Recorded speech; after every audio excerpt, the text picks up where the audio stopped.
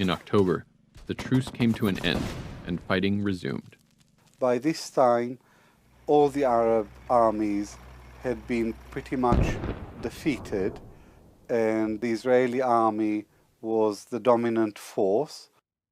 The Israeli army focused on clearing out villages in the two parts of the country where Palestinians remained, the Galilee in the north and the Negev Desert in the south. Hava Keller arrived in the town of Beersheba in the Negev shortly after it was captured by the Israelis on October 21st. We prepared several buses. I think there was 10 or 12 buses, and we called all the Arabs from Beersheba to come to the buses. And I was standing like everybody with a guard, so nobody will try to run away, and all of them will go into the cars and go to Gaza. And they are in Gaza today, until today.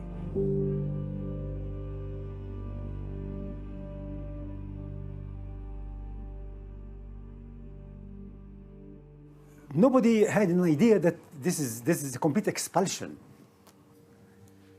Don't tell me that nobody was forced to leave home. Everybody was forced to leave home. There is consensus on the fact that there was a large-scale displacement of Palestinians. There is also consensus on the fact that this displacement was forced. Some people fled out of fear. Some people fled because there were massacres. Some people fled because rumors were spread about massacres. And some people fled because they didn't just flee, they were actually actively expelled at gunpoint. All of this happened. What remains is the question of whether there was a plan of ethnic cleansing that was designed ahead of time and then systematically implemented during the 1947 and 48 war. And on this question, historians are divided. Now, the Arabs always maintain propagandistically it was a big expulsion.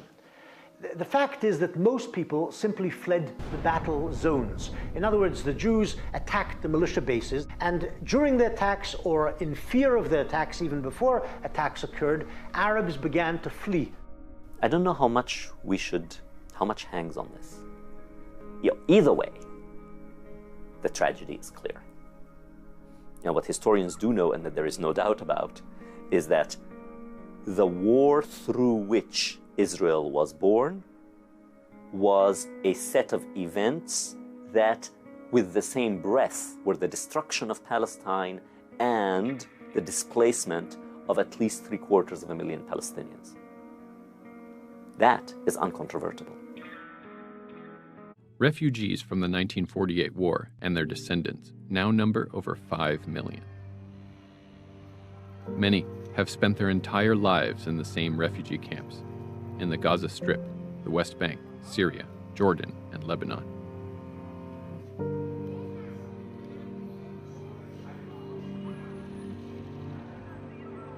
The tents have been replaced by concrete buildings, but living conditions have seen little improvement. قلت لي هاي والله داري اللي بكنسك كان لا داري ولا دار قال دار اللي بسكن اليهودية بتقول لي اللي بسكن.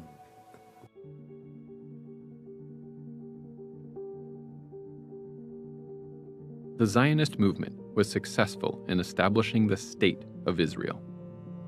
But the dream of a safe haven for the Jewish people has not been realized.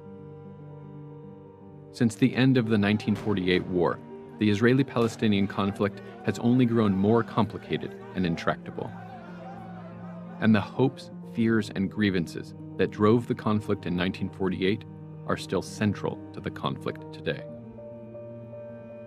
Israelis build more and more settlements in the occupied West Bank, and Palestinians continue to be cut off from their homes and livelihood by military occupation, home demolition, checkpoints, curfews, and the construction of a wall that runs deep into Palestinian territory. As a result, Israel now controls nearly all of historic Palestine.